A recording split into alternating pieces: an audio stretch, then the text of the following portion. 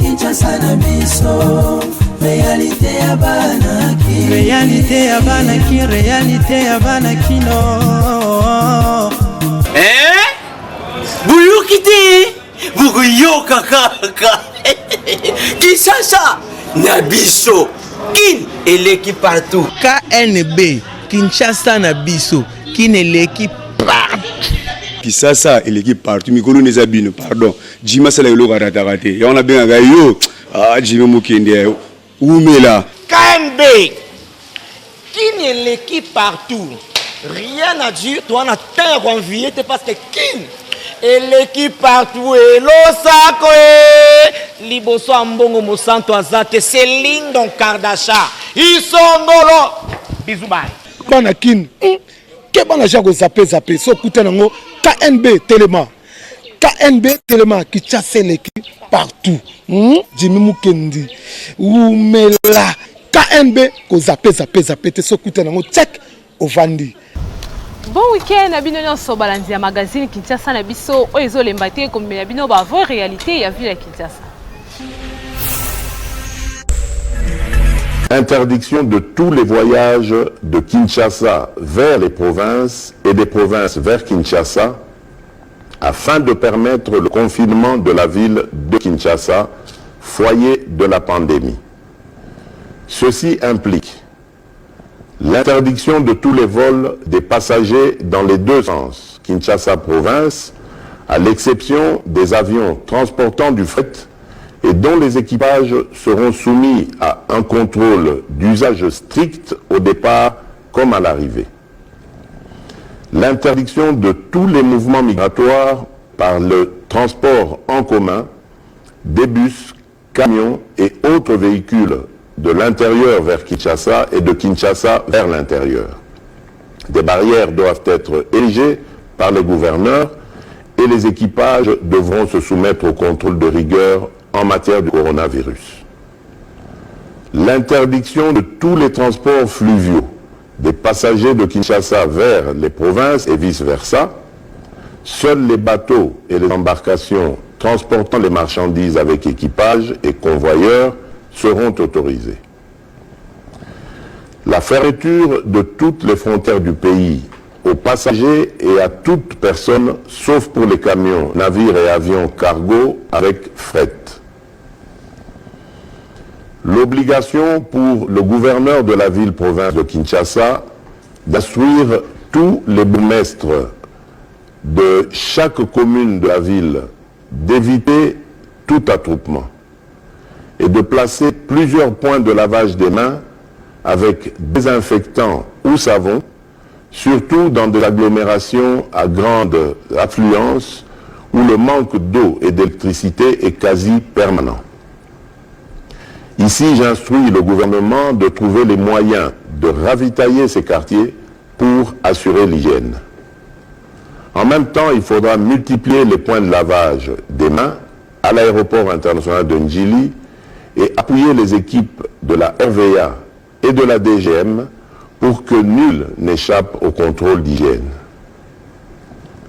Mise en place d'un service minimum au sein du gouvernement et des institutions pour pallier au confinement à leur domicile des autres agents de l'État.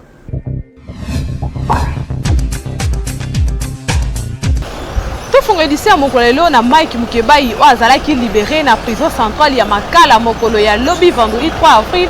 Pose plus de détails dans commentaire ya Natasiada. Esengo ya bana ya lingwala ezalaki remarquable lobby na libération ya député provincial Mike Mukebai sur affaire oyo ezalaki entre ye na Daniel Monanteba pe lisusu na ministre Molendo Sakombi. Justice ya RDC euti ko libéré ye lobby vendredi 3 avril 2020. Entré na ye na résidence na ye bana ya lingwala ba sepelaki makasi. Quand on sort d'un combat comme celui-ci, on retient une leçon, c'est l'humilité. Je sors un homme humble, un homme qui doit tout aux autres, un homme qui dit que c'est la victoire de la démocratie, c'est la victoire du peuple congolais. Je m'humilie, je me mets à la disposition de mon peuple. Je vais poursuivre ces combats pour lesquels j'ai fait 7 mois de prison. Je le poursuivrai. Rien ne m'arrêtera. Ça, les uns les autres peuvent compter sur ma détermination. Rien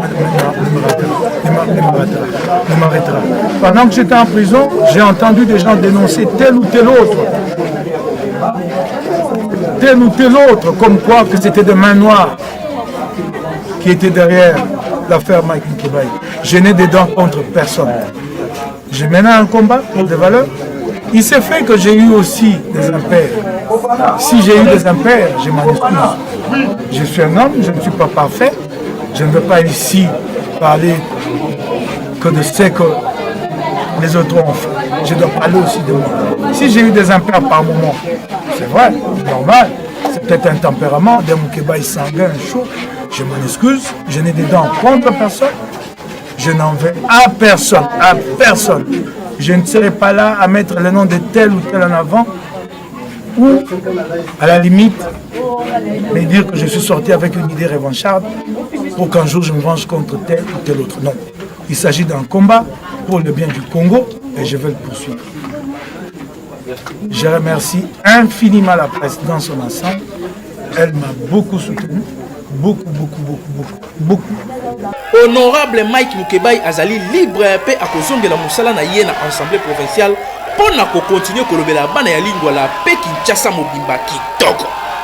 Kinshasa et l'équipe partout.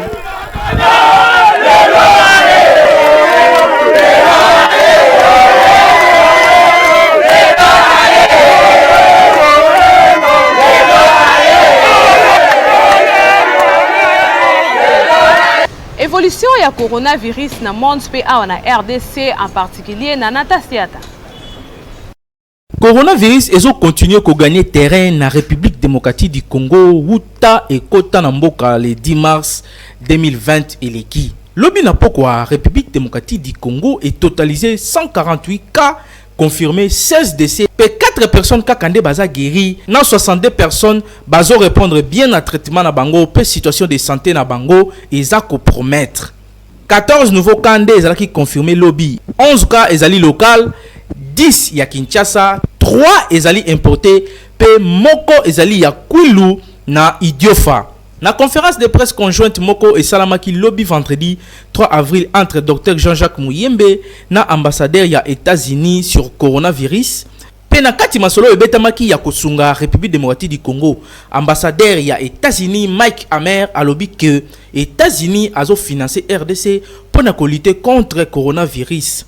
Edouana ekosunga comité multisectoriel ya lutte contre coronavirus na achat ya ba matériel pe prise en charge ya ba patient. Kasi constat oyo population ya Kinshasa ezali kosala sur situation ya coronavirus ezali que évolution ezali penza te na kati ya mosala oyo comité ezali kosala pour jusque là bilan ya ba guéri ezo matate banda etelema na 3 to uti koyoka lelo ke moko abikisami donc bakomi 4. Kasi chaque jour ba décès ezo mata seko mata to sengi na bakondi ya comité ya riposte ba multiplier ba effort côté na bango pour na nombre ya ba guéri pe et mata po et pesa espoir na ba congolais to sengi na bandeko ya comité ya riposte oyo ya corona ba landa exemple ya docteur Raoul Kuna na Marseille na France bango ba multiplier ba place ya ko sala ba test c'est-à-dire ozala nango te nanu test pour soki kaka ba constater que ozali positif na coronavirus directement au bandi kiri ya chloroquine na place que bazela ba symptôme ebima pour soki ba symptôme ebimi nde ezokoma critique ya ngwana bato musu bazoloba ke chloroquine ezobikisa te. Or soki déjà au préalable to bandi ko salisa tout le monde teste ko banda na ngai kino na moto ya suka déjà to yebaka soki moto azali positif a bandi kiri ya chloroquine pour aimer ma résultat moko positif na nzoto na ye na place que tozela abanda ba kosu ya makasi to ba fièvre ya ba 39 na ba 41 nde to banda ko pesa chloroquine pour ekosimba te ekomema ye na liwa. Docteur Jean-Jacques Muyembe tika politique sala musala na ya ba scientifique opikisa batu. Docteur Muyembe aza d'accord pour na essai ya vaccin en Afrique bolanda ye na image oyo. Alors, le vaccin, nous savons les grandes institutions comme NIH aux États-Unis, les CDC aux États-Unis et même ailleurs en Chine j'ai un ami qui est au Canada. Bon, vraiment, ils focalisent sur le vaccin. Il y aura déjà des essais. Je crois au mois de mai, on commencera déjà à faire des essais. Et peut-être vers le mois de juillet, août, nous pourrons commencer déjà à avoir des essais cliniques, n'est-ce pas, de ce vaccin. Ici à la RDC. Bon, nous avons été choisis aussi pour faire ces essais. Donc, le vaccin sera produit soit au Canada, soit aux États-Unis, soit en Chine. Nous sommes candidats pour faire les essais ici chez nous.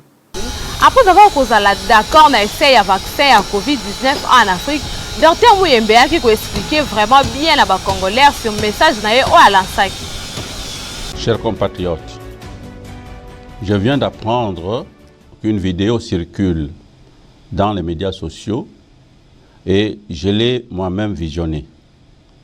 Mon message de ce soir est d'apaiser la tension que j'observe dans la population.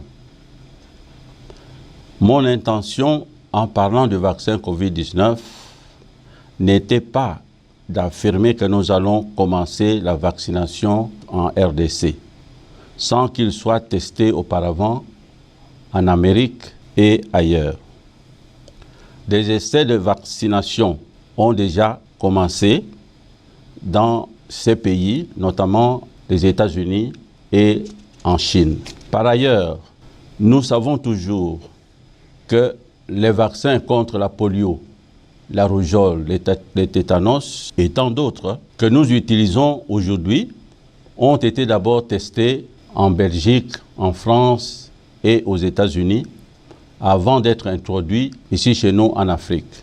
Récemment, en Afrique de l'Ouest et en RDC, des épidémies de la maladie à virus Ebola ont été maîtrisées grâce à l'utilisation d'un vaccin expérimental RVSV. Je suis moi-même congolais et ne permettrai jamais d'utiliser les Congolais comme cobayes.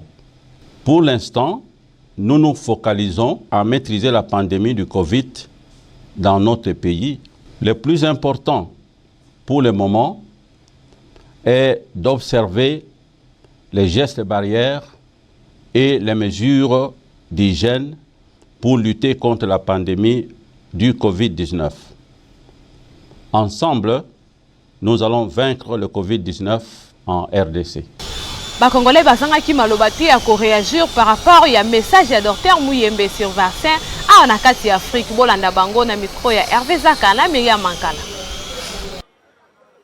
Épidémie à coronavirus depuis ekoti na République démocratique du Congo nanu kis nango emonanité kasi ba corps médical nde bazoloba chloroquine nde ezobikisa batu oyo baza nango kasi vaccin oyo mindele basali contre Covid-19 pe oyo Dr Muyembe andimi test nango ebanda na RDC peuple congolais aboyi yango pe alobi boye et aussi na États-Unis ma nanu ba meki yango kuna te. Alors biso bako utiliser biso lokola ba cobaye to ba lapin ya ECT ba banda nanu et pas basali yango nanu ba vacciner na batukuna si masoto yoki ke ezo traiter nde bakoki kopesa biso to koboya te mais ya que biso to banda nanu sima ba mona réaction po bango ba ya kosala yango sima biso wana ngana koki kondima te ba vacciner nga. Avant que ba tester pesa bato vaccin il faut ba tester na niveau na bango des fois ba tester na banyama oyo sur place soki ebomi nyama te ba weyo ko pesa biso ngo mais soki ebomi nyama eza vaccin moko ya mabe en plus de cela vaccin mususu ko yoko zala batindi yango po biso to banda obota lisusu te to banda obota te to tikala ka bongo neti bango ba mindele mais il faut ba minga na biso ba docteur na biso ba za lekenge ba za vigilant pour la expertise ya makambo nyonso ko maîtriser ngo avant ya ko vacciner bato. Docteur nazo sengo boy. Elo na linga na bakisa. Boze belé ba docteur belé ndesika to lingi to mona mayele ya ba docteur nyonso pour na peuple congolais abikelo kwa malamu. Vaccin za malamu mais bo examiner yango na banyama bo meki yango nanu botali nini ezopesa ekoboma Et que ça malam, ce que ça malam, bo pesi biso, mais ce ça malam te tolobi non parce que biso toza peuple d'abord. Soki bango bazui wana biso tozu. Bango mo mindele kunesi bango mo bazui yango. Malade ya dese kota ki kuna pa na bango. Baye koye bango na sima, ya mo ba okufa. Mais biso awa tokozwa ngo te. Soki bango moko kuna bazui wana biso tozu. Monde entier la plupart bato ba okufa belé et dans l'Europe kuna. Siko wana don dire ba bimsa biso banyama bango ne bas. Ko bango ba okufa belé. Biso awa ata 500 mona mteto kuma bango tozoka ba okufa ba 800 personnes na nini na journée ora 700 personnes na journée ba kufa. Siko comment te ka ceux qui bazana bolingo basala non intervention ya bango moko po tokufa belé ba ya non ndeka awe pa na biso de tokufa mkie. Donc biso to komi ba nyama la bango. Po abana nan ko apesa biso na ba congolais vaccin wana abana ba peuple o bana mboka na ye wana po malade je tozo yo kango bien e uti nde kuna pa na bango nde bazo kufa belé par rapport na biso abana na mboka na ye bango bazo na vaccin so to yoki ke bango babiki bango kuna kimi ekoti nde biso be koto to kozwa moya ya kozwa vaccin wana mospo nda bango nan babiki te biso to kozwa yango te po biso to za banyama na bango te. Coronavirus ebandi na RDC pe awa na RDC ezoboma nango bato lokola na mboka ya mindele te ekozala malamu teste ya vaccin yango ebanda kuna epai ya mindele esika coronavirus ebanda po bakongole balobi baza banyama te bandeko bakonzi ya santé baza wana mpona kobatela bino vaccin ya mabe ekokota na RDC te kasi bakonzi ya santé vaccin contre coronavirus eza mabe te kasi ezala te mpona konnuire peuple congolais babanda yango kuna na bamboka na bango place coronavirus ebandaki na nsima baya kosilisa na Afrique. Kinshasa eleki partout. Baafricain ebele baza vraiment d'accord te na essai ya vaccin en Afrique bolanda bango na image oyo. Parce que nous ne sommes ni des rats de laboratoire ni vos cobayes. Nous disons non à vos vaccins en Afrique. Je suis Lady Sonia, une digne enfant de l'Afrique. Et je dis non, je refuse que le continent africain soit utilisé pour tester le vaccin du Covid-19. Non, l'Afrique n'est pas le laboratoire du Covid-19. Je suis Belange et je dis non, l'Afrique n'est pas le laboratoire d'essai pour le Covid-19. Je suis Ado Youé, un digne fils de ces beaux continents qui n'est rien d'autre que l'Afrique. Je dis non. L'Afrique n'est pas un champ d'expérimentation pour le Covid-19. Eu sou a Cécia Eunice e nós vamos dizer não para de usar a África como as vossas experiências. Je suis Afouz, un enfant d'Afrique. Je refuse que le continent africain devienne un laboratoire de tests Covid.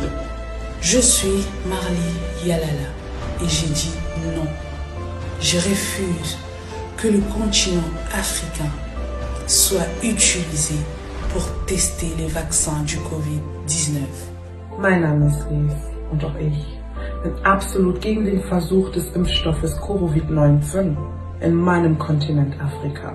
Je suis verdotraiteur et j'ai dit non au vaccin de Covid-19 qui va être testé en Afrique. L'Afrique n'est pas une poubelle ni votre laboratoire de tests. Je m'appelle Sonia et je suis une digne enfant de l'Afrique. Aujourd'hui, si je me lève, c'est pour dire non au test de vaccin Covid-19 en Afrique. Non, les Africains ne sont pas des cobayes. Non, nous ne voulons pas de ce test en Afrique. Je suis Ruth Cabot, une digne enfant de l'Afrique. Et je dis non. Non à ce vaccin. Parce que tout simplement, nous ne sommes pas un laboratoire de test. Et nous sommes encore moins des cobayes pour venir tester sur nous. Alors nous refusons ce vaccin. Je suis Nikindila, digne enfant de l'Afrique. Alors aujourd'hui, je viens dire non. Non contre le vaccin du Covid-19 qui s'apprête à être testé en Afrique. L'Afrique n'est pas un laboratoire géant. Alors je dis non. Mais disons non, tous ensemble. Ich bin Whitney. Die Menschen in Afrika sind keine Laborratten, die für Forschungszwecke ausgenutzt werden sollen. Ich bin gegen den Versuch des Impfstoffes in Afrika. Bolanda message ya mama moko azovivre tango nyonso ba cadavre ya Covid-19. Bandeko nanga bonjour. Eza yanga bino ndeko. Na eko se bino maladie eza jeté. Au moins na ndete oyo. Patient a eu kokufa pas même 2 heures du temps. Awa l'autre dit bakitine la sikoyo na mort. Siko ngai nazo désinfecté. Na singa no bandeko nanga pardon tozo kufa. Ebele bazo kufa ebele. Ebele eza kuto osamba te. Bon, le bateau a quitté les autres Mikolo. Tout ça, deux jeunes à 16 ans. Baza vraiment gravement malade. Deuxième chose, petit kalandako. Ba jeune, vous va na bandako vraiment. Bon, ba tezo zo ka ba la mitié, mikoloté. Na ba la mitié, tout ça là ba en hôpital. Tout ça là ba en hôpital. Tout semble à ma casse. Maladie vraiment est très sérieuse. Na buto sunana. Nzambe mawani qui la biso. Pour biso tout ça en hôpital là. Tout ça on a tous les jours. L'hôpital fait là déjà mi balé. Na tongo, l'après-midi je suis balé. Donc le lundi ko se bandi boy. Tu te sais ça na ba 20h. To ko bima subato. Osko na koti na chambre oyo pour ba na ko désinfecter à moi. Bon mon chambre ba accueillir déjà la petite bango pour toi na voir ko za ba morte. Les interviews. On est en vidéo ka une chambre. De la désinfecter chambre. Au moins de la chi boy. Tina se kana aussi ça. Ndena yebinde to longolaka. Nyoso to banda ko longola na sima. Ezo ya liboso. On touche pas devant. Mais to zabwe. Bovana bandako. Pardon, mana nzambe ezali ko na bino. Esenga passe na moni ba jeune na trame. Esenga passe na tongo. Esenga passe plus tout ça bango ah, c'est ça quoi. Bovana bandako. Bovana bandako.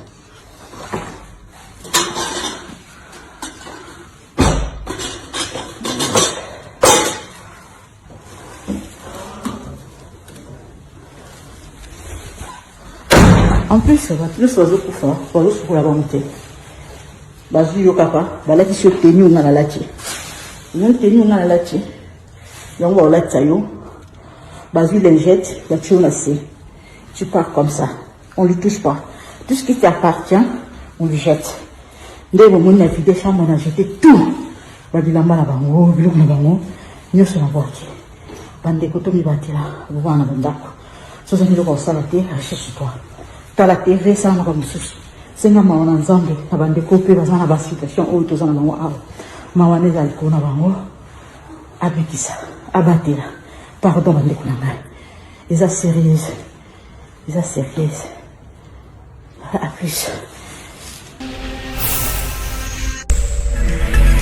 Message de sensibilisation na bandeko à personnes handicapées, Balolanda, Basu Miwe, bandeko baza bandundu, pe na batata na ba mama ya 3e âge. Maladie ya coronavirus ese koti na mboka. Tokeba, tomibatela, to respecte makambo bakonzi mboka balobaki, toyeba kosokola maboko, totika kopesa na babizu, tozala na ba distance ya 1 mètre pona kozwa coronavirus te. Na tango yoki kosu fièvre to maux de tête esengeli kokende lombangu epa ya baminganga na ba centre médical oyo basili kolakisa. Coronavirus ezali ya solo, ezali koboma, ezali kutate. Bandeko to mibatela, to bape ko batela baninga. Situ na likambo etali kopesa na mbote. Na likambo etali hygiène ya kosokola maboko, ya kotuse na papier mouchoir to na se ya maboko pona to mibatela. Ba personne ya 3e âge, ba peuple autochtone to bengaka ba pygmée, bandeko bandundu, bandeko ba mwela, bandeko balolanda, bandeko bebosono, toyeba yango maladie ya coronavirus ezali ya solo, eza koboma. Molongo mobimba batelemi pona kobundisa maladie wana. Yo mibatela nga pena mibatela. Tolanda ba mesure mokonzi ya mboka apesi. Message oyo ezali ya ministère délégué ya personnes handicapées pe autres vulnérables. Soto landi yango na bokebi toko mibatela ya solo.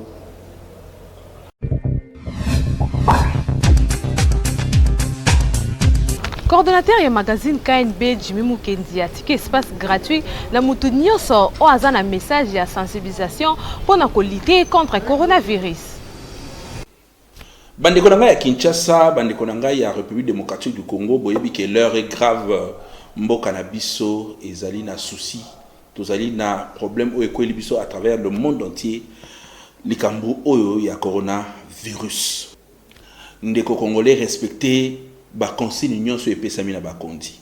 Ba consigne ya hygiène esengeli toye ba ndenge nini toko repousser yango parce que ezali kosala déjà ba mort, bozali koyoka o ezali koleka na Italie.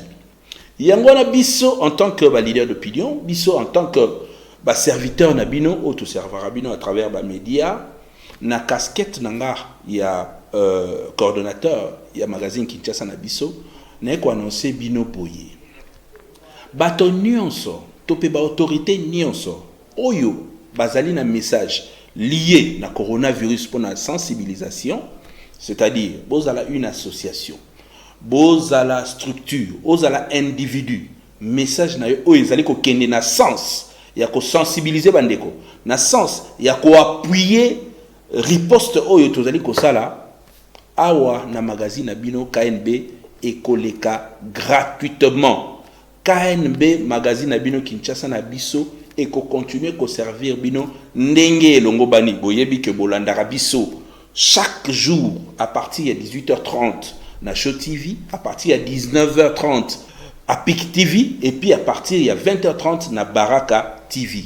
En rediffusion toyaka à partir de 10h30 na Baraka, à partir de 11h30 na Show TV et à partir de 14h na PIC. Donc message joana topé ba encouragement au boko ko encourager bandeko par rapport à tant autres allez ko passer boko ko tindela biso yango à travers numéro o eza affiché na ba écran na bino du micro ya KNB WhatsApp na biso ko za la polele pona ko yamba ba message na bino sinon ceux qui bomoni que nécessité ezali que ba équipe na biso o ezali à travers Kinshasa Mobimba et yakuna tokoya kozwa ba image wana nyonso boko sala topé ba message boko sala pona coronavirus pona lutte to pona ko informer bandeko to lekisa yango gratuitement to respecter ba consigne ba kondi et puis biso nyonso to longa coronavirus.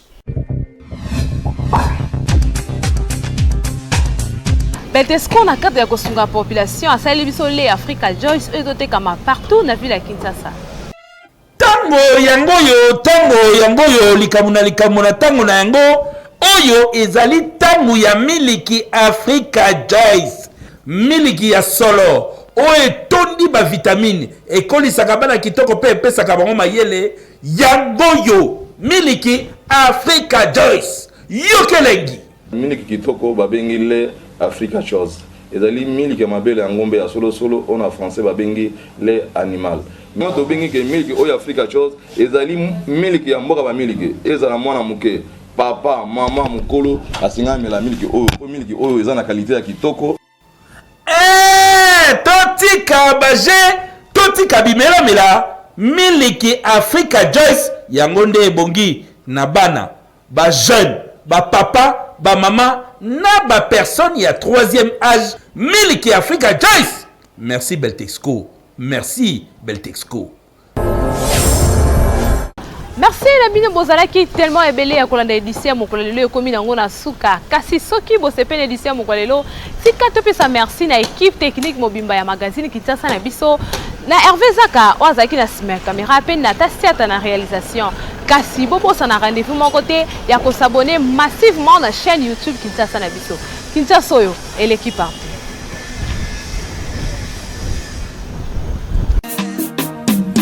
Magazine